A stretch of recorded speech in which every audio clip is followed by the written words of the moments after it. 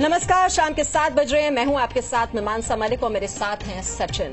दिल्ली के पास एक स्कूल से आज ऐसी खबर आई है जो पूरे देश के माता पिता को झकझोर कर रख देगी। लोग अपने बच्चों को स्कूल में बेहतर इंसान बनाने के लिए भेजते हैं, उन्हें अच्छी तालीम देने के लिए भेजते हैं, लेकिन हम जिस स्कूल की बात कर रहे हैं वहां जो हो रहा था उसके बारे में आप सोच भी नहीं सकते। बिल्कुल ठीक मानसा जी, तभी हम कह रहे हैं कि ये साल की सबसे बड़ी स्टोरी है, क्योंकि दिल्ली के पास हरियाणा के मेवात में एक स्कूल है। इस स्कूल में हिंदू बच्चों को जबरन नमाज पढ़ाने के लिए मानसिक रूप से प्रताड़ित किया जा रहा था और किया जाता भी है। उन्हें हॉस्टल में दूसरे छात्र इसलिए पीटते थे क्योंकि वो हिंदू बच्चे नमाज नहीं पढ़ते थे। 3 टीचर्स मिलकर 3 बच्चों का जबरन फोर्सेबल तरीके से धर्म परिवर्तन कराना चाहते थे।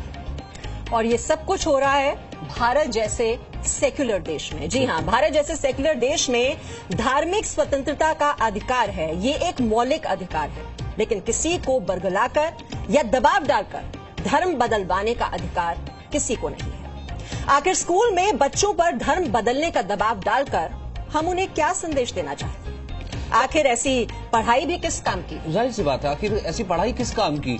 देखिए, साल की ये सबसे मार्मिक, एक बार फिर हम कह रहे हैं, सबसे बड़ी स्टोरी। नमाज ना पढ़ने के कारण मैंने 2 थप्पड़ खाए। जो नमाज ना पढ़े उसे मेरे पास ले आना। मैंने हॉस्टल छोड़ दिया नमाज ना पढ़ने के कारण। जी न्यूज पर साल का सबसे बड़ा खुलासा।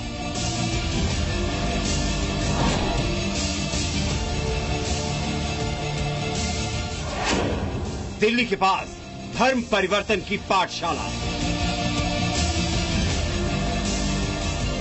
तो वहाँ पर आरिफ सर हमारे वार्डन थे, तो वो बोलते थे कि जो नमाज ना पढ़े उसे मेरे पास ले आना।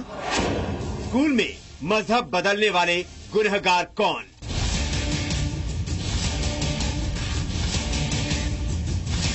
इसी के कारण, नमाज ना पढ़ने के कारण मैंने 2 थप्पड़ खाए। स्कूल में जबरन नमाज क्यों पढ़वाई?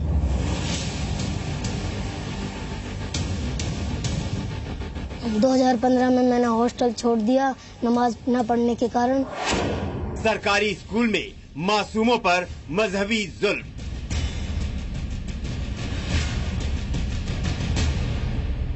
वो कहते थे कि हिंदू धर्म कुछ नहीं है, ये कुछ भी नहीं है, इस्लाम अपना लो, इस्लाम बहुत अच्छा धर्म है। शिक्षा के मंदिर में मजहब की तलवार क्यों? 2 स्टूडेंट हो रहा है सर, हिंदू सर, वहाँ से तावड़ू से, तो उन्होंने ये बात उठाई, उन पे भी नमाज पढ़ाई गई थी और वो हमारे क्लास, वो भी हमारी क्लास में पढ़ते थे, तो उन्होंने ये बात उठाई सर। बच्चों के दिलो दिमाग में मजहब का जहर क्यों? ये बच्चा बताता था मेरे को, पापा ऐसे ऐसे करते हैं मेरे टीचर और दवा बनाते हैं, नमाज पढ़ाते हैं। टीचर्स को गुड मॉर्निंग नहीं, सिर्फ सलाम कबूल। हम उनको गुड मॉर्निंग करते थे तो हमारे गुड मॉर्निंग नहीं लेते थे और बच्चों को ले लेते, क्योंकि सारे मोहम्मदन थे, इसलिए वो तो ऐसे ही कहते थे। बच्चों की जिंदगी बर्बाद करने वाली तालीम।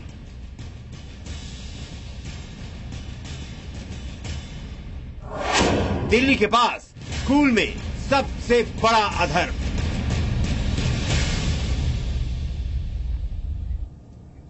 और इस बात का ख्याल भी कितना डरावना है कि आप अपने बच्चे को पढ़ने के लिए स्कूल भेज देते हैं और वहां उसके दिलो दिमाग में मजहब बदलने का जहर खोला जाता है, धर्म परिवर्तन का जहर खोला जाता है। मेवात के एक स्कूल में बच्चों के साथ ऐसी ही हिला देने वाली घटना हो रही थी। पहले तो बच्चों ने टीचर्स के सामने अपना विरोध जताया और नमाज पढ़ने से इनकार कर दिया, और उसके बाद माता पिता ने भी बच्चों की बात को अनसुना कर दिया। मगर मेवात के उन 3 टीचर्स की जबरन धर्म परिवर्तन वाला गुनाह खुल गया, क्योंकि बच्चों ने खुद जी न्यूज पर गवाही दी। और हम दर्शकों को बता दें, इस बेहद सेंसिटिव, बेहद संवेदनशील खबर की कवरेज के दौरान क्रेडिबिलिटी, विश्वसनीयता के सारे मापदंड पूरे किए गए हैं। रिपोर्टर मौके पर गए, राहुल सिन्हा, खबर की पुष्टि की, गवाहों से बात की, फुटेज भी तकनीकी रूप से सही है क्योंकि हमारे अपने कैमरे से ली गई है। तो अब आप देखिए देश को हिला देने वाली ये पूरी खबर।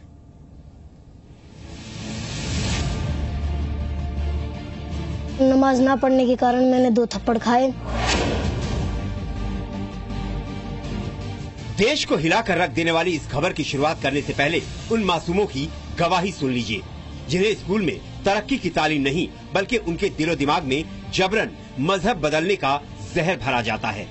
इन बच्चों के साथ स्कूल में क्या होता था ये जानने के बाद किसी भी माता पिता के होश उड़ जाएंगे। इन बच्चों का चेहरा हम नहीं दिखा सकते, लेकिन इन पर जो गुजरी है उसे पूरे देश के लिए सुनना और समझना जरूरी है। देखिए बच्चे के साथ स्कूल में क्या होता था। सर हम 2014 से हॉस्टल में रहते थे, तो वहाँ पर आरिफ सर हमारे वार्डन थे। तो वो बोलते थे कि जो नमाज ना पढ़े उसे मेरे पास ले आना, और इसी के कारण नमाज ना पढ़ने के कारण मैंने 2 थप्पड़ खाए। तो सर 2015 में मैंने हॉस्टल छोड़ दिया नमाज ना पढ़ने के कारण। तब रेगुलर सर क्लास में मोइनुद्दीन सर उर्दू पढ़ाने के लिए आते थे, तो हमारे सर टीचर नहीं थे संस्कृत के। सुना आपने, जिस बच्चे को माता पिता ने स्कूल और टीचर्स के पास इस भरोसे के साथ भेजा कि उनका बेटा एक अच्छा इंसान बनेगा और देश की तरक्की में काम आएगा, उस मासूम को स्कूल के टीचर धर्म बदलने के लिए मानसिक रूप से परेशान करते थे। इतना ही नहीं, वो बच्चे के धर्म की बुराई करके उसे इस्लाम कबूल करने के लिए धमकाते थे। वो कहते थे कि हिंदू धर्म कुछ नहीं है, ये कुछ भी नहीं है, इस्लाम अपना लो, इस्लाम बहुत अच्छा धर्म है। ये क्या है, तुम जो जिस मिट्टी से तुम वो बनाते हो उसी को तुम पूजते हो, ये कुछ नहीं है, आप इस्लाम कबूल लो, वही अच्छा धर्म है। तो सर हमने इसके बारे में अपने पापा को बताया, तो पापा यूं ही बात को सीरियसली नहीं लेते थे। तो मैंने भी कहना छोड़ दिया। इस बच्चे की हिम्मत टूटने लगी। इसकी बात पर तो घर वाले भी यकीन नहीं करते थे, क्योंकि कोई सोच भी नहीं सकता कि स्कूल में कोई टीचर बच्चों को जबरन नमाज पढ़ने के लिए मजबूर या प्रताड़ित कर सकता है। 2 स्टूडेंट और आए सर, हिंदू सर वहाँ से तावड़ू से, तो उन्होंने ये बात उठाई, उन पे भी नमाज पढ़ाई गई थी, और वो हमारे क्लास वो भी हमारी क्लास में पढ़ते थे, तो उन्होंने ये बात उठाई सर। आखिरकार जब बच्चे को लगा कि अब उसकी कोई बात नहीं सुनेगा, तो उसने घर में नमाज पढ़नी शुरू कर दी। ये देखकर परिवार वालों को अपनी आंखों पर यकीन नहीं हुआ, क्योंकि उनके बच्चे के मजहब बदलने की साजिश सामने दिख रही थी। ये बच्चा बताता था मेरे को, पापा ऐसे ऐसे करते हैं मेरे टीचर, और दवा बनाते हैं, नमाज पढ़ाते हैं, और मैंने देखा भी इसको नमाज पढ़ता अपने घर पर, और फलां टीचर हैं और ऐसे ऐसी बातें करते हैं। मैंने कहा बेटा कोई ना बकवास बातों में मत जाओ और अपना पढ़ाई से मतलब रखो, मेरा मतलब है रीजन है पढ़ाने का। पापा फलाना सर ऐसे करते हैं, फलाना ऐसा, वो कहते हैं, मेरे को एक चांटा भी मारा उन्होंने। नो कोई बात नहीं बेटे, ठीक है, अपना पढ़ाई से मतलब जारी रख, और पढ़ाइए, उर्दू पढ़ना चाहे तो उर्दू पढ़े। मैं तो ये भी सवाल गलत नहीं करना चाहे भाई उर्दू की ना पढ़े, पर ये रीजन गलत है भाई धर्म परिवर्तन का। इस बच्चे को भी स्कूल में धर्म परिवर्तन का अनचाहा पाठ पढ़ाया गया। बच्चे का आरोप है कि अलग मजहब होने की वजह से टीचर उनसे बात तक नहीं करते थे। सर हमारे स्कूल में जैसे टीचर आते थे, टीचर हम मुबारक सर, हम उनको गुड मॉर्निंग करते थे, तो हमारे गुड मॉर्निंग नहीं लेते थे और बच्चों को ले लेते, क्योंकि सारे मोमडन थे, इसलिए वो तो ऐसे ही कहते थे। वो मोमडन बच्चों से बोल देते, हमसे बिल्कुल भी नहीं बोलते थे। पढ़ाने में टॉपिक चल रहा है तो घूम फिर के वो आ जाते इस्लाम पे, ऐसे इस्लाम की बातें करने लग जाते थे। क्या बोलते थे? इस्लाम धर्म बहुत अच्छा है, इनको ऐसे कुछ बात करने लग जाते। बच्चे ने जब अपने घर में माँ से अपना दर्द बताया तो उन्हें यकीन नहीं हुआ, लेकिन बच्चे ने पूरी बात बताई तो पुष्पा भारद्वाज ने डीएम से शिकायत की।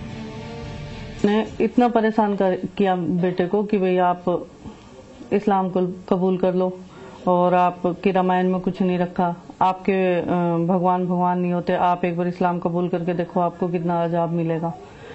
इस तरह की मतलब काफी सारी बातें उन्होंने मतलब बेटे को बोली, परेशान किया। मड़ी कस्बे में बने इस स्कूल को सोसाइटी और हरियाणा सरकार मिलकर चलाती है और जिन दो टीचर्स पर बच्चों का जबरन धर्म परिवर्तन कराने का दबाव बनाने का आरोप लगा है उनका नाम है मोइनुद्दीन और आरिफ।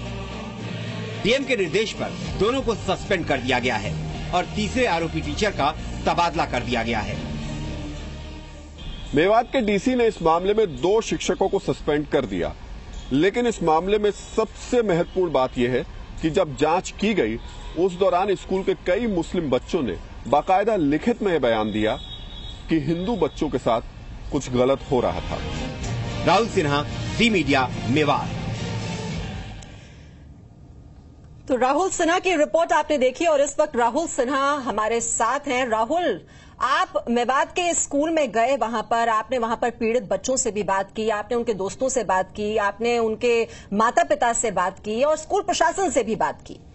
ये इतना बड़ा गुनाह वहां पर हो रहा था, जो छोटे छोटे बच्चे हैं उनके दिलो दिमाग में ये मजहब बदलने का जो ये जहर घोला जा रहा है वहां पर, ये कितने सालों से वहां पर ये इस तरह का काम हो रहा है और ये इतने दिन तक ये दबी क्यों रही खबर? और आपको लगता है कि ये मात्र निलंबन भर ये एक प्रशासनिक कार्रवाई है, ये काफी है इस पूरे घटनाक्रम के लिए?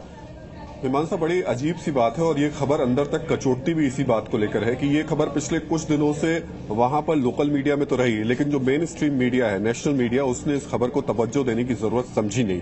क्यों नहीं समझी? क्योंकि ये खबर लोगों के लिए एजेंडा नहीं है, ये खबर देश को बदनाम करने में सहायक साबित नहीं हो सकती है। पिछले 1 हफ्ते से ये बच्चे लगातार ये शिकायत कर रहे थे, उनके माता पिता शिकायत कर रहे थे। 22 तारीख को सबसे पहले एप्लीकेशन दी गई थी वहां के डीसी को कि इस तरीके से उनके बच्चों पर जबरदस्ती की जा रही है, कार्रवाई हुई नहीं। लेकिन जब दूसरे बच्चे की तरफ से एप्लीकेशन दी गई तब जाकर के डिस्ट्रिक्ट कलेक्टर ने एक जो शुरुआती जांच है वो की। उस शुरुआती जांच में जो चीजें सामने आई उसके आधार पर 2 टीचरों को निलंबित किया गया और 1 का ट्रांसफर किया गया है। लेकिन सबसे ज्यादा ताज्जुब की बात यही है कि क्या किसी शख्स का धर्म परिवर्तन करना या करवाना जबरदस्ती तरीके से सिर्फ सस्पेंड कर देने से या ट्रांसफर कर देने से ये गुनाह खत्म हो जाता है?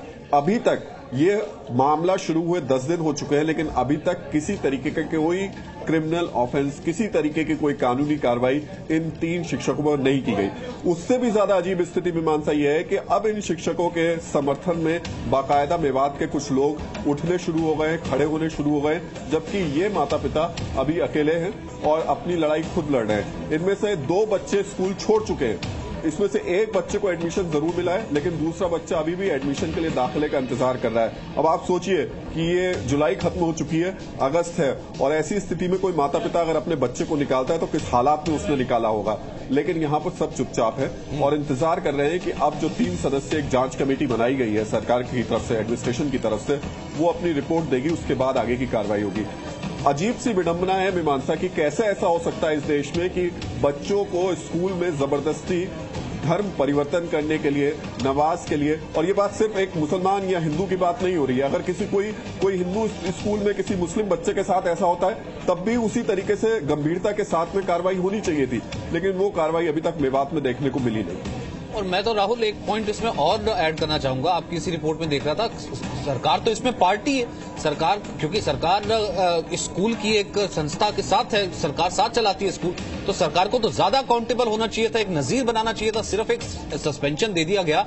और दूसरी एक बात यह कि आपने कहा कि यहां पर बच्चों ने स्कूल छोड़ दिया, दोबारा एडमिशन नहीं मिल रहा है और उन टीचर्स के समर्थन में वहां पर नारेबाजी हो रही है या फिर लोग इकट्ठा हो रहे हैं। अगर ये मामला वाइस वर्सा होता, राहुल, आप जानते हैं ना कि क्या माहौल बन जाता। देखिए, निश्चित तौर पर मुझे लग रहा है शायद एडमिनिस्ट्रेशन इसी वजह से कुछ कड़ी सख्त जो कार्रवाई है उसको करने से बच रहा है या हिचक रहा है। यहाँ एक स्थिति और भी साफ कर दें कि एक टीचर संतराम जिसने इन बच्चों का साथ दिया था, कल उसका कहना है कि जब वो स्कूल पहुंचा तो उसके साथ पिटाई की गई, उसको मारा पीटा गया। तो बड़ी अजीब सी स्थिति बन रही है सचिन यहाँ पर। एक तरफ ये बच्चे हैं जो पिछले 3 साल से, इनमें से एक बच्चा लगातार अपने पिता से कह रहा था कि देखिए उसके ऊपर जबरदस्ती की जा रही है, पिता ने सुना नहीं, लेकिन जब देखा उस बच्चे को ये सब करते हुए तब समझ में आया कि शायद हालात आगे बहुत कुछ निकल चुके हैं। लेकिन उससे भी ज्यादा ये एक पॉजिटिव संकेत है सचिन कि वो बच्चा अभी भी उस स्कूल में पढ़ने के लिए तैयार है, वो बच्चा उस स्कूल को छोड़ने के लिए तैयार नहीं है। वो कह रहा है कि कुछ टीचर्स इस तरीके का माहौल खराब करते हैं तो इसका मतलब ये नहीं कि स्कूल खराब हो जाता है। हमको फिर ये करना पड़ेगा ना कि कम से कम उसकी सुरक्षा हो, उसको उसके राइट्स मिले।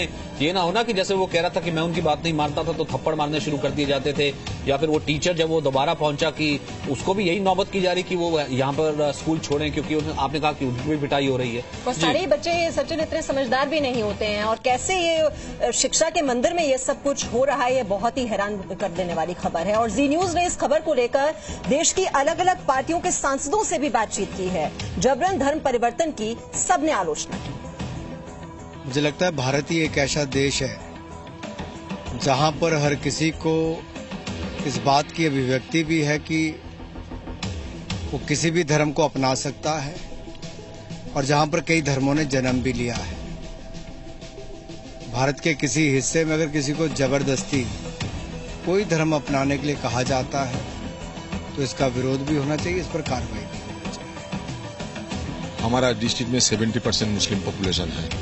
वहाँ जो मदरसा है वो भी स्कूल की तरह ही है।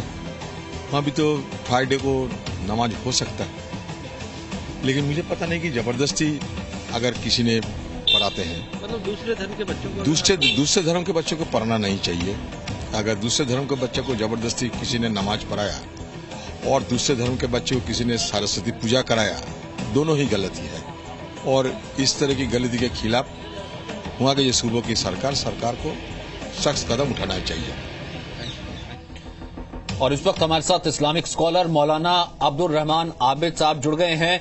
मौलाना साहब, आप इस्लाम के जानकार हैं, एक वरिष्ठ व्यक्ति हैं।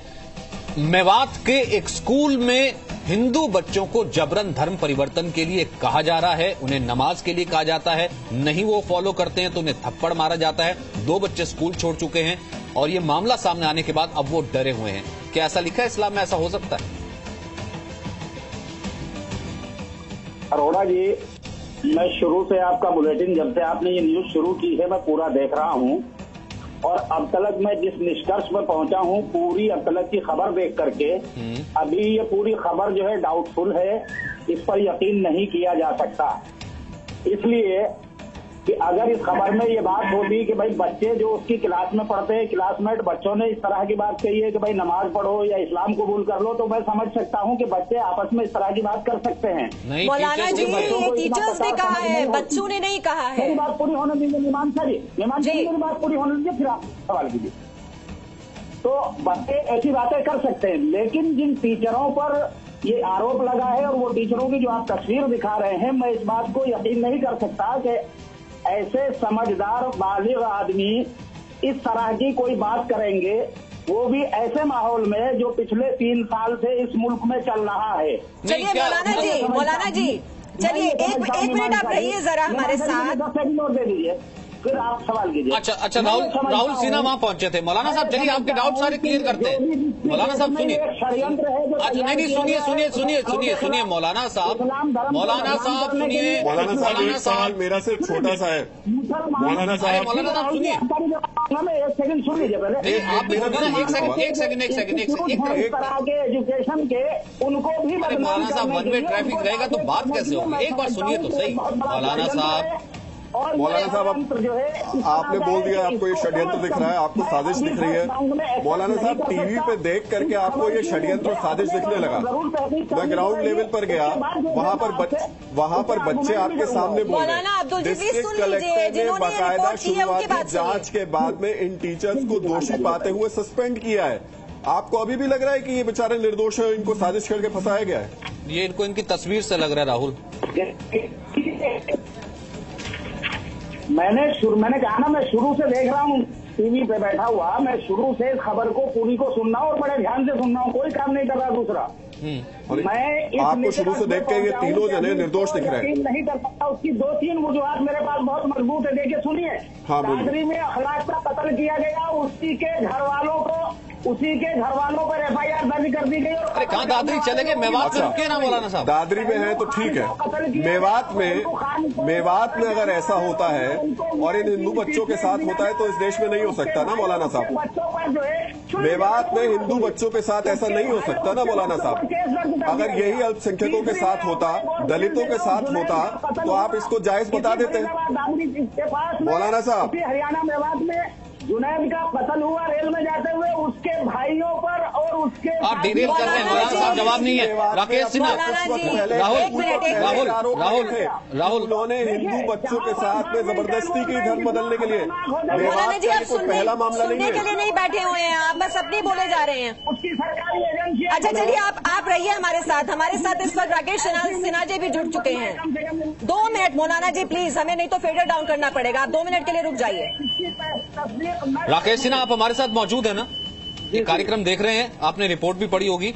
आज हमने ये नेशनल टेलीविजन पे कवर किया, राहुल सिन्हा मेरे साथ बने हुए हैं, ये कवर करके लाए हैं। बच्चों के बयान है, जांच हुई है, सस्पेंड किए गए। हम सिर्फ ये कह रहे हैं कि कैसे सिर्फ सस्पेंशन हुई है। आपने स्टोरी पूरी देखी होगी। मौलाना साहब ने उसे खारिज कर दिया। मौलाना साहब कह रहे हैं इस्लाम के खिलाफ ये षड्यंत्र है। मौलाना साहब तस्वीर देख के उन टीचर्स के बारे में ये कह रहे हैं ये ऐसा कर ही नहीं सकता, क्योंकि ये शक्ल से समझदार है। सिर्फ तस्वीर ही नहीं देख रहा हूँ, पूरी मौलाना जी 2 मिनट राकेश जी को अपनी बात रखने दीजिए। बोलिए राकेश। इनकी बात देखिए, तालिबानी मानसिकता सिर्फ कश्मीर में ही नहीं है, सिर्फ मालदा में भी नहीं है, हरियाणा, पंजाब, बिहार हर जगह है। और यह इस घटना से दिखाई पड़ रहा है। जहाँ कहीं भी मुस्लिमों की संख्या बढ़ती है, वहाँ पर हिंदुओं की स्थिति दयनीय हो जाती है। और छोटे बच्चों को बाध्य किया जाना कि आप नमाज पढ़िए, यह सिर्फ कानून व्यवस्था का सवाल नहीं है। भारत की पंथ निरपेक्षता, भारत का जो आइडिया है, उस पर यह आक्रमण है। आप कल्पना कीजिए कि अगर किसी 2 बच्चों को किसी विद्या भारती के स्कूल में प्रार्थना करने के लिए, मंदिर में पूजा करने के लिए बाध्य किया जाता, तो इस देश में आज किस प्रकार का डिबेट चलता। आज जी ग्रुप को छोड़कर बाकी मीडिया चैनल इस बात को सोचने के लिए, समझने के लिए तैयार नहीं है कि हिंदू धर्म पर हो रही इस आक्रामकता को, वो सिर्फ हिंदू मुस्लिम सवाल नहीं है। सवाल है भारत ने जिस पंथ निरपेक्षता को 10,000 साल से संजो कर रखा है, जिसे 47 में हमने खोया था, आज दोबारा उसको समाप्त करने की कोशिश हो रही है। यह विभाजनकारी मानसिकता है, यह तालिबानी मानसिकता है, यह ISIS की मानसिकता है। मौलाना जी, बिना आर्म का यह अटैक है, अनआर्म्ड अटैक है हिंदुत्व के ऊपर। मौलाना जी एक बात बताइए, अगर यही होता किसी मुस्लिम छात्र के साथ होता, तब तो आप कुछ नहीं मानते कि ये हुआ नहीं हुआ, आप एकदम उसको जस्टिफाई कर लेते, आप उस पर भरोसा कर लेते हैं। ऐसा क्यों है? हाथ जोड़ के करना और कौन सी माताओं के सामने हाथ जोड़ना, वो सब सिखाया जाता है। लेकिन मैं ये नहीं मान सकता कि कोई मुस्लिम, वो भी दाढ़ी वाला, जो इस्लामी आपके मानने ना मानने से घटनाएं नहीं बदल जाती हैं। जिस तथ्य को पूरी दुनिया देख रही है, जो जांच में तथ्य आ चुकी है, वह आपकी कल्पनाओं से तथ्य नहीं बदलता है। आप सत्य को स्वीकार कीजिए, इसके लिए माफी मांगना चाहिए, इसके लिए उन्हें दंडित करना चाहिए। क्लियर है कि साहब दीन के मामले में, धर्म में कोई मौलाना साहब, आप कौन होते हैं मीडिया के इन्वेस्टिगेशन को खारिज करने वाले? आप कौन होते हैं समाचार पत्रों में प्रकाशित और उन बच्चों को, मासूम बच्चों की बातों को खारिज करने वाले? वे मासूम बच्चे क्या मैनिपुलेट कर रहे हैं? ये बच्चे निर्दोष हो रहे हैं। राकेश जी, ये खुद राहुल सिन्हा की रिपोर्ट में कह रहे हैं कि बच्चे घर आके माँ बाप कह रहे हैं कि सुबह उठ के नमाज पढ़ने लगे थे। सचिन, मेरा एक सवाल है। सचिन, हाँ राहुल बोलिए। सचिन, मेरा मौलाना साहब से एक सवाल है। मौलाना साहब सुन लीजिए, मौलाना साहब सुन लीजिए। ऐसे नॉन स्टॉप बोलेंगे तो उसका कोई फायदा नहीं। आपके पास या तो तर्क नहीं है, या तो आपके पास तर्क नहीं है, इसलिए आप आगे बोलते लगातार बोलते जा रहे हैं, सुनने को तैयार नहीं है। आप तो सुनने के लिए तैयार नहीं है बिल्कुल। मौलाना साहब टीवी पर मौलाना साहब टीवी पर बच्चे बोल रहे हैं कि उनको मारा जाता था, उनको नमाज पढ़ने के लिए जबरदस्ती कहा जाता था। राहुल एक सेकंड, मैं उनको चुप कराता हूँ। राहुल एक सेकंड। मौलाना साहब आपकी आवाज कोई नहीं सुन रहा है, आपकी आवाज कोई नहीं सुन रहा है, दर्शकों तक नहीं जा रही है। जरा चुप होंगे आप? आपकी आवाज कोई नहीं सुन रहा है, जरा सुनिए। अरे मौलाना साहब, आपकी आवाज नहीं सुन रहा है, कोई नहीं जा रही है टीवी के माध्यम से, आप अकेले बोलते चले जा रहे हैं। सुनिए, जब तक आपके कान में आवाज नहीं जाएगी तब तक हम आपकी आवाज नहीं थ्रू कर रहे हैं। जरा आप चुप रहिए और पहले क्वेश्चन सुनिए, फिर जवाब दीजिएगा तर्कों के साथ। राहुल बोलिए। मौलाना साहब, बच्चे खुलकर बोल रहे हैं। डिस्ट्रिक्ट कलेक्टर ने इस बात को खुल के बोला, कार्रवाई हुई है। वो टीचर जिसने इस मामले को उठाया उसके साथ मारपीट हुई। आपने उन 3 टीचरों को बिना सुने सिर्फ शक्ल देख के कह दिया कि ये बेकसूर है, निर्दोष है, और आपके जैसे ही लोग इस वक्त उनके साथ खड़े होकर के कह रहे हैं कि ये निर्दोष और बेकसूर है। यानी ये दोनों तीनों बच्चे जो कि कम उम्र के हैं झूठ बोल रहे हैं आपके हिसाब से। मौलाना साहब आप जवाब दीजिए ना तर्क के साथ। हाँ, अब जवाब मांगेंगे जब तो अभी तो आप बोलिए। आप बिना उन टीचरों की सुने ही आप ये गलत कह रहे हैं कि मैं सिर्फ तस्वीरें देख के बोल रहा हूँ। मैं ये कह रहा हूँ कि मैंने आपकी पूरी रिपोर्टिंग को पूरे ध्यान से सुना है और मैं क्लियर कर दूं आपको बहुत सफाई के साथ। आप लोग 15 साल के 20 साल के जर्नलिस्ट होंगे, मुझे तकरीबन 38 बरस हो गए जर्नलिज्म में। मैं एडिटर भी रह चुका हूँ। आपकी इत्तला के लिए अर्ज कर दूं, ऐसा नहीं है कि मैं नहीं समझ रहा हूं। मैं हर चीज पर बहुत बारीकी से, जब से मुझे इन्फॉर्मेशन मिलने के साथ इस तरह की खबर आई है, आपको जोड़ना है, मैं हर चीज को बारीकी से देख रहा हूं। एडिटर साहब, तो बारीकी से सुन भी तो लीजिए बच्चे की बात। एडिटर साहब मुझे सिर्फ इतना बता दीजिए, एडिटर मौलाना साहब, आपने कौन सी पत्रकारिता ऐसी की कि आप बिना जगह स्पॉट पर गए अपना फैसला सुनाते और बताते हैं कि वहाँ के हालात ऐसे हैं। अरे एडिटर साहब, मौलाना एडिटर साहब, एक बात सिर्फ बता दीजिए कि आपने ऐसी पत्रकारिता 38 साल में की कि बिना स्पॉट पर गए आपने ये फैसला लिख दिया। खबरें घर पे बैठ के लिखते थे क्या आप? मैं ये कह रहा हूँ राहुल जी सुनिए, मैं स्पॉट पर होकर आया हूँ, ग्राउंड जीरो से होकर आया हूँ, और आप अपने घर में टेलीविजन देख करके बता रहे हैं कि 38 साल से मैं रिपोर्टिंग और एडिटिंग कर रहा हूँ, एडिटर हूँ, मुझे पता है खबरें कैसे होती है। तथ्यों के साथ करेंगे। अरे तथ्यों के साथ तो है ना मौलाना साहब, आंखें खोल के तो देखिए, आप आंख और कान नाक खोल करके तो देखिए, क्योंकि आपके साथ दिक्कत है कि आपने आंखों पर पर्दा लगा रखा है। आपकी आंखों पर वो कट्टरपंथी पर्दा है जिसको आप निकाल कर देखना ही नहीं चाहते हैं। मुझे लग रहा है कि इसमें कोई षड्यंत्र है।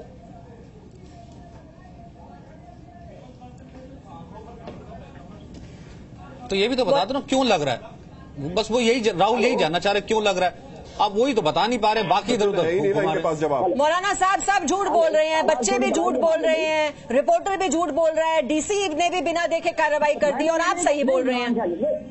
मीमांसा जी सॉरी आपने अपने शब्दों को सही कीजिए। मैंने ये नहीं कहा कि वो झूठ बोल रहे हैं। नहीं मौलाना साहब यही तो बोल रहे हैं आप सुनने को तैयार नहीं है कुछ भी। सबको आप खारिज करे जा रहे हैं कि हो ही नहीं सकता ऐसा। आप ग्राउंड पर गए नहीं, हमारे रिपोर्टर मौके पर पहुंचे, बच्चों से बात की, वहां पर शिक्षकों से बात की है, माता पिता भी झूठ बोल रहे हैं, सब झूठ बोल रहे हैं और आप सही बोल रहे हैं। पूरे तथ्य मेरे सामने न आ जाए, डाउट करना तथ्य ही तो दिखा रहे हैं तब से। मौलाना साहब आप देखना ही नहीं चाहते कि ये तीनों बेचारे मासूम है, बिना तथ्यों को देखे ही आप ही बोल रहे हैं ना कि तीनों टीचर मासूम है। शुरू में राहुल जी समझने की कोशिश कीजिए। मौलाना साहब आप अपने बातों से फिर मत पीछे हटिए। अगर बच्चों पर ये बात आती है तो मैं मान सकता हूँ कि हाँ बच्चे जो है आपस में इस तरह की बातें कर सकते हैं, लेकिन जिन समझदार लोगों की तस्वीर आपने कैसे समझदार लिखने लगे मौलाना साहब? इस देश में जो कट्टरपंथी ताकतें हैं वो किस तरीके से अपनी मानसिकता को फैला रही है, आपको पता नहीं है क्या?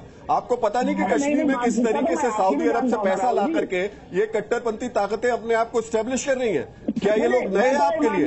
क्या आपको पता नहीं है इनके बारे में? कोई नहीं, आपकी मैंने पिछले 1 साल में कम से कम 15 रिपोर्टें ऐसी देखी है जिसमें आप A to Z इस्लाम के खिलाफ जो है पूरी आपकी आंखों पर पर्दा पड़ा है मौलाना साहब। मैंने आपको कश्मीर से जो रिपोर्ट दिखाई उसमें कश्मीर का वो सच्चा मुसलमान दिखाया जिसने कहा कि वो भारत के साथ है, लेकिन आपको वो दिखाई नहीं दिया। आपको 15 रिपोर्ट जो दिख रही है उसमें चूंकि आपकी मानसिकता के खिलाफ वो रिपोर्ट दिखती है इसलिए आपको नजर आ रहा है ऐसा। इस देश में बनाना ये बताइए ना मौलाना साहब। आपको कश्मीर का वो हबीबुल्ला दिखाई नहीं दिया जिसने कहा कि मैं भारत के साथ खड़ा हूँ? वो आपको बुरा दिखाई दे रहा होगा, वो लग रहा होगा कि गलत तरीके से जा रहा है। आपने बिल्कुल एकतरफा चलाया है चक्कर, और आपको तकलीफ है कि वहाबिज्म, सूफीइज्म और फलाइज्म। अरे भाई इस्लाम के इज्म के बारे में तो अभी आपको अली बे भी नहीं मालूम है। अरे मौलाना साहब मैं तो सिर्फ इतना कहूंगा नहीं चाहिए सर्टिफिकेट। अच्छा ठीक है राहुल नहीं चाहिए इनका सर्टिफिकेट। मौलाना साहब अपने पास सर्टिफिकेट रखिए, हमें आपका सर्टिफिकेट नहीं चाहिए। हमें मालूम है जर्नलिज्म कैसे करना है, वहां पर रिपोर्टर गए हैं, स्टोरी कवर की है। तो आप बहुत बहुत शुक्रिया आपका अपना एक तरफा ओपिनियन देने के लिए। बच्चों ने क्या कहा जिनको ये झूठा बता रहे थे मौलाना, सुनिए। सर हम 2014 से हॉस्टल में रहते थे, तो वहाँ पर आरिफ सर हमारे वार्डन थे, तो वो बोलते थे कि जो नमाज ना पढ़े उसे मेरे पास ले आना, और इसी के कारण नमाज ना पढ़ने के कारण मैंने 2 थप्पड़ खाए। तो सर 2015 में मैंने हॉस्टल छोड़ दिया नमाज ना पढ़ने के कारण। तब रेगुलर सर क्लास में मोइनुद्दीन सर उर्दू पढ़ाने के लिए आते थे, तो हमारे सर टीचर नहीं थे संस्कृत के। वो कहते थे कि हिंदू धर्म कुछ नहीं है, ये कुछ भी नहीं है, इस्लाम अपना लो, इस्लाम बहुत अच्छा धर्म है। ये क्या है, तुम जो जिस मिट्टी से तुम वो बनाते हो उसी को तुम पूजते हो, ये कुछ नहीं है, आप इस्लाम कबूल लो, वही अच्छा धर्म है। तो सर हमने इसके बारे में अपने पापा को बताया, तो पापा यूं ही बात को सीरियसली नहीं लेते थे। तो मैंने भी कहना छोड़ दिया। बड़े सारे 2 स्टूडेंट और आए सर, हिंदू सर वहाँ से तावड़ू से, तो उन्होंने ये बात उठाई, उन पे भी नमाज पढ़ाई गई थी और वो हमारे क्लास वो भी हमारी क्लास में पढ़ते थे, तो उन्होंने ये बात उठाई सर। साहब आपने सुन लिया बच्चे ने क्या कहा? अपने मन से तो उसने कुछ कहा नहीं होगा। मैं आपको चैलेंज कर रहा हूँ, राहुल साहब को चैलेंज कर रहा हूँ कि मुझे साथ लेके चलिए इंक्वायरी करेंगे। आप भी जर्नलिस्ट हैं, मैं भी जर्नलिस्ट हूँ, पत्रकार आप भी हैं, मैं भी हूँ। और आपको अगर आप पर मुझ पर नहीं है ना, आपको 10 पत्रकारों की टीम बना लीजिए, 5 मैं लेके चलता हूँ, 5 आप लेके चलिए और चलिए चलते हैं। लेकिन मैं फिर भी ये नहीं कह रहा हूँ कि आप झूठी रिपोर्ट दिखा रहे हैं। सुन लीजिए एक बात, मैं कह रहा हूँ डाउटफुल है अभी ये, क्योंकि समझदार आदमी ऐसा कह ही नहीं सकता। जिसको इस्लाम की जानकारी है वो कुरान को जानता है, कुरान कहता है। अरे कोई मौलाना साहब ये नासमझी लोग तो हैं। कोई जबरदस्ती नहीं है, दीन के मामले में किसी पर कोई जबरदस्ती नहीं है। तो जब कुरान ही मना करता है तो फिर मानने में हिचकिचाहट क्यों है मौलाना साहब? मैं वही तो कह रहा हूँ ना, तो वही तो कह रहे हैं, वही तो राहुल कह रहे हैं कि अगर हम सारी आंखें खोल करके चलें तो फिर मानने में हर्ज क्या? आप ये कह सकते हैं कि जबरदस्ती नहीं है, जो जबरदस्ती करवा रहे हैं वो गलत है। उसी चीज की तो रिपोर्टिंग हमने की। सुरेंद्र जैन विश्व हिंदू परिषद के अंतर्राष्ट्रीय सचिव इस वक्त हमारे साथ मौजूद है। सुरेंद्र जैन जी, ये रिपोर्ट हमने दिखाई मेवात से, राहुल सिन्हा की जो रिपोर्ट है आपने देखा होगा, जबरन धर्म परिवर्तन, बच्चों पे दबाव डाला जाना और बच्चों को स्कूल से निकाल दिया जाता है। लेकिन मौलाना साहब हमारे साथ हैं, वो कह रहे हैं कि शक्ल से शरीफ लगते हैं ये जो टीचर्स हैं, बच्चे झूठ बोल रहे हैं। ऐसा है कि शक्ल तो ओसामा बिन लादेन की भी बहुत शरीफ है। शक्ल जो कल आतंकवादी मारा गया, शक्ल से वो भी बहुत सीधा लगता था। और औरंगजेब की शक्ल भी हम देखते हैं, वो भी बहुत सीधी दिखाई देती है। वास्तव में मेवात का कुछ इलाका मिनी पाकिस्तान जैसा बन गया है। वहाँ हिंदू लड़कियों का स्कूल जाना दूभर हो गया है। वहाँ गायें सरेआम कटती है।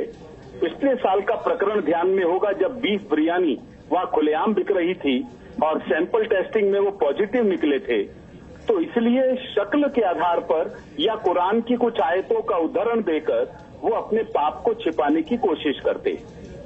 आज वास्तव में मेवात संपूर्ण जल रहा है, चिंता का विषय है। आखिर क्यों वहां पर साजिश को हवा कौन दे रहा है? कौन है वो लोग? ऐसा है कि वो लोग नहीं, एक विचारधारा है। ये कोई एक विशेष व्यक्ति का नाम नहीं दिया जा सकता। ये एक विचारधारा है जो वहां को दारुल इस्लाम बनाने का सपना देखते हैं और ये भूल जाते हैं कि इन सब के पूर्वज भी हिंदू ही थे, जिनको जबरदस्ती इस्लाम में कन्वर्ट किया गया था। मैं समझता हूं इन लोगों को अपने धर्म बदल लिया, अपने पूर्वज नहीं बदले। जो अत्याचार इन पर हुए वो औरों पर क्यों कर रहे हैं, ये विचार इस्लाम के लोगों को जरूर करना चाहिए। जी जी जी, आप रहिए हमारे साथ। और इस बीच हमारे साथ मौलाना साजिद रशीदी साहब भी जुड़ गए हैं। मौलाना रशीदी जी, यहाँ पर मौलाना अब्दुल रहमान तो इस बात को मानने के लिए तैयार नहीं है कि ऐसा कुछ टीचर कर सकते हैं। वो उन्हें समझदार बता रहे हैं और सिर्फ तस्वीर देखकर। लेकिन आप जरा अपने दिल पर हाथ रखकर जरा बताइए, ये बच्चे क्या झूठ बोल सकते हैं? छोटे छोटे बच्चे जिन्हें मजहब के बारे में कोई जानकारी नहीं होती, वो ये कह रहे हैं कि उन पर दबाव बनाया गया नमाज पढ़ने के लिए और धर्म परिवर्तन करने के लिए। थप्पड़ मारे गए और थप्पड़ मारे गए। देखिए, एक चीज मैं आपको बता दूं, इस्लाम का सबसे पहला सिद्धांत ये है, ला इकराहा फिद्दीन। दीन में कोई जबरदस्ती नहीं है, और अगर कोई जबरदस्ती दीन में किसी को दाखिल करना चाहता है तो वो दीन में दाखिल हो ही नहीं सकता। सबसे पहला सिद्धांत है। सुन लीजिए 90% मुसलमान गैर मुसलमान हो जाएंगे। आप सबके पूर्वज जबरदस्ती बीच में बनाए गए। हाँ, सुन लो मेरे भाई। हाँ, जरूर सुनाइए। ये सब जो कुछ लव जिहाद के नाम पे, गौ रक्षा के नाम पे, घर वापसी के नाम पे, ये सब जो कुछ चल रहा है पूरी दुनिया देख रही है। मौलाना साहब इधर उधर मत लेके जाइए। हर नागरिक समझ रहा है। मौलाना साहब, मॉब लिंचिंग के संसद में भी चर्चा होगी, इधर उधर मत लेके जाइए। जैन साहब, मैं आपको भी कहूंगा, जैन साहब इसी रिपोर्ट पर रहते हैं। मौलाना साहब एक बार फिर से आपसे शुरू करता हूँ। उनके पेशेंट के साथ सुने ही है। हाँ नहीं, और मैं आपको एक और फैक्ट बता दूं, इन बच्चों पर, आप इन बच्चों की बात करें, इन बच्चों को स्कूल छोड़ना पड़ा, इन पर इतना दबाव बनाया गया। राइट ऑफ एजुकेशन में तो सबको स्कूल एजुकेशन का अधिकार है, इनको छोड़ना पड़ा था, ये भी ध्यान रखिए। अब अपनी बात रखिए, मेरी बात सुनिए। देखिए, असल तो ऐसा है नहीं, और अगर ऐसा है, जैसे मैंने कहा कि दीन में जबरदस्ती नहीं है, अगर जबरदस्ती से कोई करता है तो वो दीन में दाखिल हो ही नहीं सकता। अगर किसी ने कर दिया है तो हम उसके साथ नहीं है, बिल्कुल, हम बिल्कुल उसके साथ नहीं है। लेकिन आज से बजरंग दल, विश्व हिंदू परिषद कभी ये नहीं कह सकते कि जो लिंचिंग के मामले में चल रहा है, लव जिहाद के मामले में चल रहा है। रशीदी साहब, आप फिर आप बात को घुमा रहे हैं, क्या बेकार बातें कर रहे हो? पूछ रहे हैं कि आलोचना आप करेंगे इस बात की या नहीं करेंगे, जो बच्चों के साथ हुआ वो गलत हुआ या नहीं हुआ? आप हाँ ना में जवाब दीजिए ना उस पर। मजाक बना रखा है आप लोगों ने, पता चलता है। आप केरल में क्या कर रहे हो, कर्नाटक में क्या कर रहे हो? पूरे विश्व के अंदर लिंचिंग कर रहा है इस्लाम। रशीदी साहब, अभी बात हो रही है मेवात में क्या हो रहा है? नहीं, देखिए मैं बता दूं आपको, ऐसा है ही नहीं, ये सब आरएसएस की प्लानिंग है। बिल्कुल, मुल्क में नफरत फैलाने की प्लानिंग है, दो भाइयों को आपस में बांटने की साजिश है, मुल्क को बांटने की साजिश है, मुल्क को आरएसएस का कार्यकर्ता था ना, जंगे आजादी में ये लोग। अच्छा मौलाना साहब, आपने तो सबकी सारी दुनिया की साजिश, सारी दुनिया की साजिश है, सारी दुनिया की साजिश है। मौलाना साहब एक सेकंड, राहुल सुरेंद्र जैन जी, एक सेकंड। राहुल, सचिन, एक बड़ी प्रॉब्लम ये है कि हम जब भी किसी बड़े इशू को लेकर निकलते हैं, उसको हिंदू वर्सेस मुसलमान करके खत्म कर दिया जाता है। अब ये मौलाना भी इसी बात को इस्लाम पर ले जा रहे हैं और यही बताने की कोशिश कर रहे हैं जैसे पूरे इस्लाम के जितने लोग हैं वो इस काम में लगे हुए हैं। हम आपसे कह रहे हैं कुछ लोग लगे हुए हैं, कुछ कट्टरपंथी लगे हुए हैं, वो इस तरीके की कोशिश कर रहे हैं। इसको आप स्वीकार कर सकते हैं ना, या आपने सिरे से खारिज कर दिया कि नहीं ऐसा कोई नहीं लगा हुआ? आपने बिना वहां गए, बिना उन बच्चों को मिले, ये आप कैसे दावे के साथ कह सकते हैं? ये आप कैसे कह सकते हैं? आप मिले आप उन तीन टीचर्स से मिले, आप उन तीन टीचर्स से मिले, आप उन तीन टीचर्स को जानते हैं? आप आज नेशनल टेलीविजन पे ये दावा कर सकते हैं कि वो तीनों निर्दोष हैं? सुनिए, मैं आप दावा कर सकते हैं कि ये तीनों बच्चे झूठ बोल रहे हैं? सुनिए, मेरा जवाब सुनिए।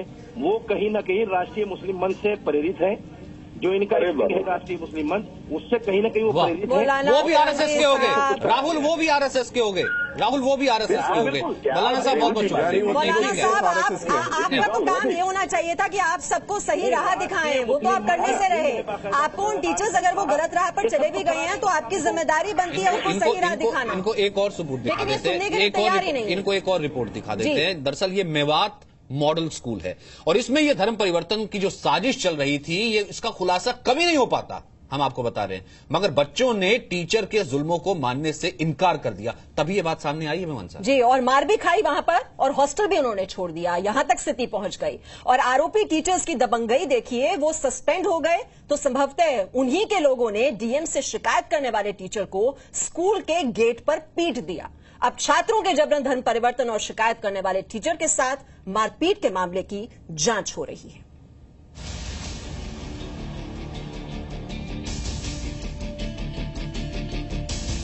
दिल्ली के पास हरियाणा के मेवात मॉडल स्कूल में बच्चों के साथ जबरन धर्म परिवर्तन का ये घिनौना काम कई साल से चल रहा था। मोइनुद्दीन, आरिफ और मुबारक नाम के 3 टीचर्स का ये शर्मनाक गुनाह कभी दुनिया के सामने नहीं आ पाता, मगर बच्चों ने हिम्मत नहीं हारी और स्कूल में जबरन धर्म परिवर्तन का ये राज खुल गया। सबसे पहले विजेंद्र के बेटे ने हिम्मत दिखाई। विजेंद्र के बेटे ने 2013 में मेवात मॉडल स्कूल में 6वीं में एडमिशन लिया था। विजेंद्र का बेटा स्कूल में बने हॉस्टल में रहता था। पीड़ित छात्र के मुताबिक उसे हॉस्टल में दूसरे धर्म के बच्चे पीटते थे। क्लास में टीचर जबरन नमाज पढ़ने के लिए कहते थे। 2014 में विजेंद्र के बेटे ने हॉस्टल छोड़ दिया। घर में शिकायत करने पर पिता ने भी अनसुना कर दिया। इसके बाद विजेंद्र के बेटे ने घर में नमाज पढ़नी शुरू कर दी। बहन ने भाई को नमाज पढ़ते देखा तो पिता को बताया। पिता ने मामले की शिकायत संतराम नाम के टीचर से की। टीचर की शिकायत पर 30 जुलाई को डीएम ने मोइनुद्दीन और आरिफ को निलंबित कर दिया। मेवात का जो मॉडल स्कूल है उसमें ये जानकारी आई थी, कुछ बच्चों ने, उनके अभिभावकों ने लिख के भी दिया था कि कुछ अध्यापक उनसे जबरदस्ती नमाज पढ़वाते हैं या फिर उनको इस्लाम धर्म कबूल करने के बारे में जोर देते हैं। विजेंद्र के अलावा पुष्पा के बेटे और भतीजे के साथ भी जबरन धर्म परिवर्तन की घटना दोहराई गई। पुष्पा के मुताबिक उसके बेटे ने मेवात मॉडल स्कूल में 6वीं में इसी साल एडमिशन लिया था। पुष्पा के भतीजे ने भी इसी साल 9वीं में दाखिला लिया था। दोनों स्कूल के हॉस्टल में रहते थे। दोनों छात्रों के मुताबिक उन्हें क्लास में जबरन नमाज पढ़ने के लिए कहा जाता था। आरिफ और मोइनुद्दीन के खिलाफ दोनों छात्रों ने घर में शिकायत की। पुष्पा ने मामले में डीएम से शिकायत की। पुष्पा और टीचर संतराम की शिकायत के बाद दोनों आरोपी टीचर सस्पेंड कर दिए गए। निलंबन के बाद 1 अगस्त को शिकायत करने वाले टीचर संतराम को स्कूल के बाहर कुछ लोगों ने पीट दिया।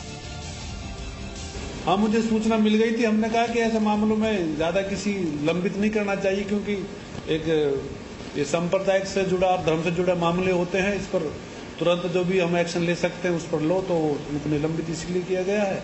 और बाकी जैसे ही जांच रिपोर्ट हमारे पास आएगी तो उसके बाद में और कानूनी कार्रवाई होगी। हालांकि आरोपी टीचर्स का दावा है कि वो जबरन धर्म परिवर्तन नहीं करवा रहे थे, बल्कि उनके खिलाफ ही साजिश हो रही है। हमारे ऊपर जो इल्जाम लगाया गया है, ये भी स्कूल मढ़ी में जो बच्चों से नमाज पढ़ाई जाती है, ना ही हमने किसी को आज तक नमाज पढ़ने के लिए कहा। ये झूठा आरोप है, बेबुनियाद है। ये प्री प्लानिंग के तहत हमारे खिलाफ लिखा हुआ और रचा हुआ षड्यंत्र है, क्योंकि अभी तक हमें खुद ही कल सस्पेंशन जो ऑर्डर मिला है, हमें तब मालूम हुआ कि हम सस्पेंड हो किस बेस पे हो गए, हमें कुछ पता ही नहीं अभी तक। मेवात प्रशासन इस मामले की जांच कर रहा है और अब इस संवेदनशील मुद्दे पर सियासत भी गरमाने लगी है। मगर सबसे बड़ा सवाल ये है कि मासूमों के साथ स्कूल में जबरन धर्म परिवर्तन जैसा महापाप क्यों हो रहा है और इस साजिश को कौन हवा दे रहा है।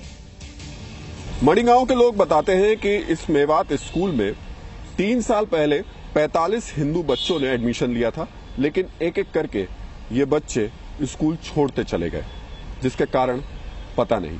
2017 में सिर्फ 4 हिंदू बच्चे बचे थे, जिनमें से 2 अब इस स्कूल को छोड़ चुके हैं। तो शिक्षा के मंदिर में जब बच्चों को भेजा जाता है तो पूरे भरोसे के साथ भेजा जाता है कि शिक्षक जो देंगे तालीम वहां पर वो विकास की तालीम होगी। लेकिन आपने देखा कि इस स्कूल में किस तरह से सचिन मजहब का जहर घोला जा रहा है मासूम बच्चों के दिलो दिमाग में। और ये जो पीड़ित बच्चे हैं, हालांकि 2 बच्चे बताए जा रहे हैं और 2 बच्चे वहां से निकल भी चुके हैं हॉस्टल से और स्कूल से निकल चुके हैं, उन्हें छोड़ना पड़ गया मजबूरन, क्योंकि ऐसे हालात वहां पर बन गए। और ये एक पीड़ित बच्चा इस वक्त हमारे साथ है और उनकी मां पुष्पा भारद्वाज इस वक्त हमारे साथ हैं। और मौलाना जी तो ये मानने के लिए तैयार नहीं थे। उनका कहना है कि बच्चा झूठ बोल रहा है, उनके माता पिता भी झूठ बोल रहे हैं। लेकिन आप उन्हीं के जुबानी अब सुनेंगे कि स्कूल में क्या क्या होता था। पुष्पा जी, ये बच्चे ने आपको क्या बताया, क्या होता था वहां पर, किस तरह से इस्लाम धर्म बहुत अच्छा है, क्या क्या बातें कही थी टीचर ने उस बच्चे से?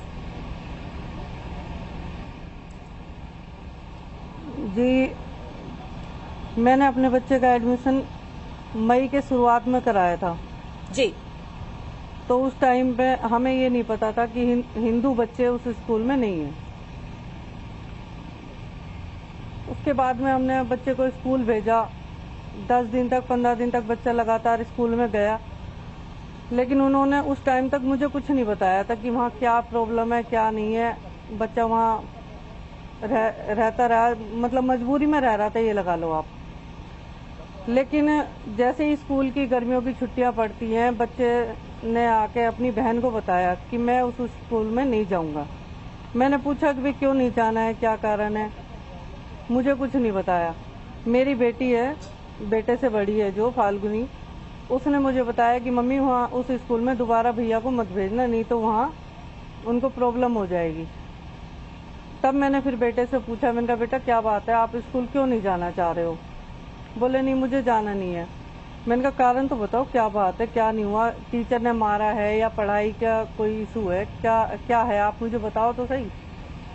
तब मेरे बेटे ने मुझे बताया कि वहाँ पे स्कूल के अंदर एक तो नमाज पढ़ी जाती है, जो शिक्षा का मंदिर है, जिसको हम ये कहते हैं कि भाई स्कूल से ही बच्चे का भविष्य बना हुआ है। लेकिन उस स्कूल में पढ़ाई की जगह आप नमाज की बातें करते हो, आप इस्लाम की बातें करते हो, तो वो स्कूल कहाँ बचा। वो तो एक धर्म के लिए ही सारी चीजें जो सारी बच्चे को थप्पड़ भी मारे कि वो नमाज नहीं पढ़ेगा तो उससे थप्पड़ मारे और कुछ धमकी भी दी गई थी क्या? जी बिल्कुल, मेरे बेटे की रीढ़ की हड्डी में आज तक दर्द है। एक दिन बारिश आ रही थी, 4-5 बच्चों ने उसको उठा के पटका है, उसकी वजह से उसकी कमर में चोट है आज भी। आप बच्चे से भी बात कर सकते हैं। बेटा आवाज आ रही है आपको? मैं आपसे पूछना चाह रहा था क्या कहते थे आपको, क्योंकि सिर्फ बच्चे ही कहते थे या कुछ टीचर्स भी आपको कहते थे?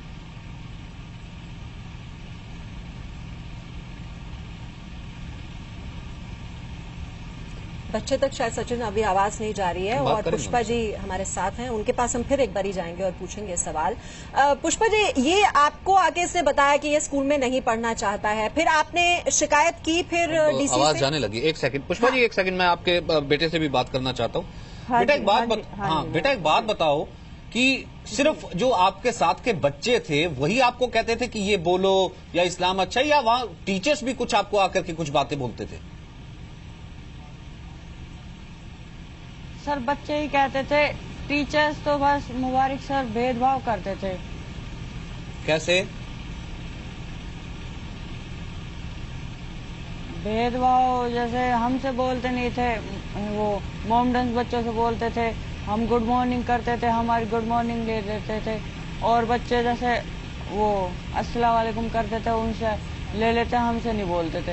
नहीं, आपको ये भी कहते थे कि इस्लाम धर्म बहुत अच्छा है और ये आपको अपना लेना चाहिए, हिंदू धर्म में कुछ भी नहीं है, ये बातें भी कहते थे क्या टीचर? Yes ma'am. क्या बोलते थे बताओ आप, पूरा देश आपको सुन रहा है, बच्चे बताओ क्या क्या बोलते थे? मुबारक सर जैसे पढ़ाते थे तो ले दे के सर मुबारक सर है ना इस्लाम धर्म पर आ जाते थे कि इस्लाम धर्म बहुत अच्छा है, इसको कबूल, ऐसे कहते थे सर। इस्लाम धर्म के बारे में उन्होंने क्या क्या बताया? आपको दबाव डाला कभी कि आपको नमाज पढ़नी चाहिए, और क्या बुराई करते थे वो हिंदू धर्म की? खुलकर बताओ आप। हिंदू धर्म में तो ऐसे कहते थे, हिंदू धर्म में कुछ नहीं रखा, आप इस्लाम कबूल कर लो, नमाज पढ़ के देखो, सवाब मिलेगा आपको इसमें, ऐसे बोलते थे। तो आपको कभी कहा उन्होंने नमाज पढ़ने के लिए, यानी कि आपको कहते थे आप पढ़ो साथ, या कुछ पढ़वाया भी? नहीं सर, ऐसे तो नहीं कहा, लेकिन हाँ इस्लाम धर्म के बारे में ऐसे जरूर कहा है। और अगर आप नहीं कहते थे तो क्या डांटते थे, या फिर क्या आपकी मम्मी जैसे बता रही थी आपको बच्चों ने चोट भी पहुंचाई थी, वो क्या हुआ था? वो सर कुछ बात हो गई थी हमारे बीच में। हाँ? बच्चे छेड़ रहे थे, वो कह रहे थे कि ऐसे इस्लाम धर्म में, ऐसे इस्लाम धर्म बहुत अच्छा है, हिंदू धर्म में कुछ नहीं रखा। तो मैंने मना कर दिया, मुझे मत छेड़ो, ऐसे